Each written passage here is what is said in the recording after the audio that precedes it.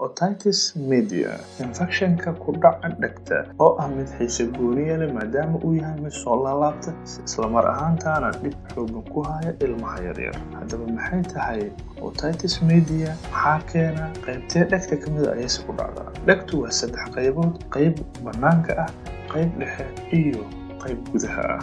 qaybta dhexe waxay ka bilaabataa xuubka dhegta amaba eardrum. qaybtaasi dhexe waxaa ku jira lafa yaryar oo sameeya vibration amaba gariir si ay u gudbiyaan codka. sidoo kaleeto waxaa meeshaasi laga sii daayaa dheecaano yar. dheecaanadaasi oo ay qaadaan 2 tubo oo yaryar oo loo yaqaano Eustachian tube si loo geeyo qaybta dambe ee guriga oo ay ku furan yihiin tubooyinkaasi. sidaas daraadeed, haddii aad aragto qof qaba cudurka otitis media, waxay u badan tahay sidoo kaleeto inuu qabo amaba ay ku dhaceen cudurrada hargabka amaba infekshanada ku dhaca quunka, dalqada ama hunguriga.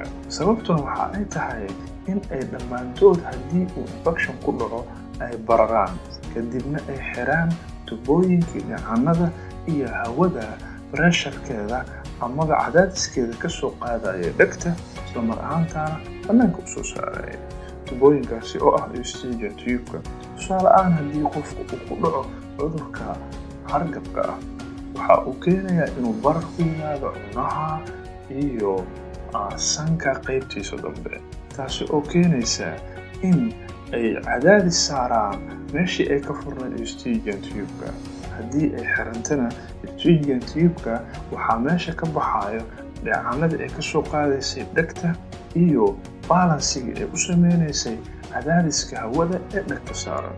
taasina waxa ay keenaysaa in dhegta ay ku dhismaan fluid amaba biyo fara badan maadaama aanan laga bixinaynin. sidoo kaleeto otitis mediada waxa ay timaadaa haddii qofka uu qabo tonsillitis amaba waxa loo yaqaano quunka, oo markii uu bararo waxa uu keenayaa sidoo kaleeto cadaadis saarmaayo meeshii ay ka furnaayeen Eustachian tube-ka. sidaas daraadeed, markasto waxaa la arkaa in infekshanka dhegta uu la socdo infekshano kaleeto. haddaba maxay tahay calaamadaha lagu garan karo qofka qaba infectionska ku dhaca dhegta? waxaa ugu horeyso, qofku wuxuu yeelanayaa dheg xanuun amaba pain. wuxuu yeelanayaa sidoo kaleeto drainage amaba inay dheecaan ka yimaadaan haddii waqti dheer jiro.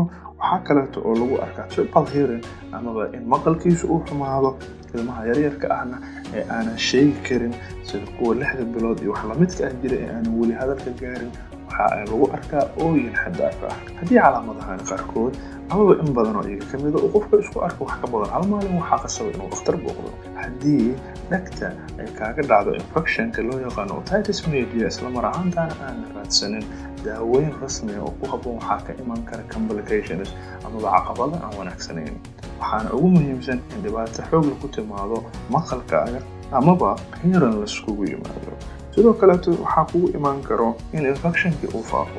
meesha ugu dhow ee infekshanka dhegta ku dhacay oo ku faafo waa laf yar oo kasoo taagan dhegta gadaasheeda ama waxa loo yaqaano mastoid. laftaasi haddii uu infekshan ku dhaco dhegta isla mar ahaantaana aan la daaweynin, waxa uu faafi karaa laftaas. sidoo kaleeto ma badna, laakiin waxaa suuragala inuu u faafo meelo intaasi ka fogfog oo ay ka mid tahay xuubka maskaxda saaran, taasi oo ka imaan kara cudur khatar oo loo yaqaano meningitis.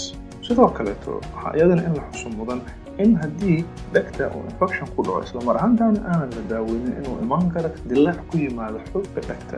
kastoo iyadana ay xusid mudan tahay in dilaacyada dhegta xuubkeeda ku yimaada ay ku bogsoodaan muddo 72 saacadooda, balse waxaa imaan kara in aysan taa dhicin markaasi oo loo baahnaanayo surgical repair amaba in qalliin lagu xalliyo.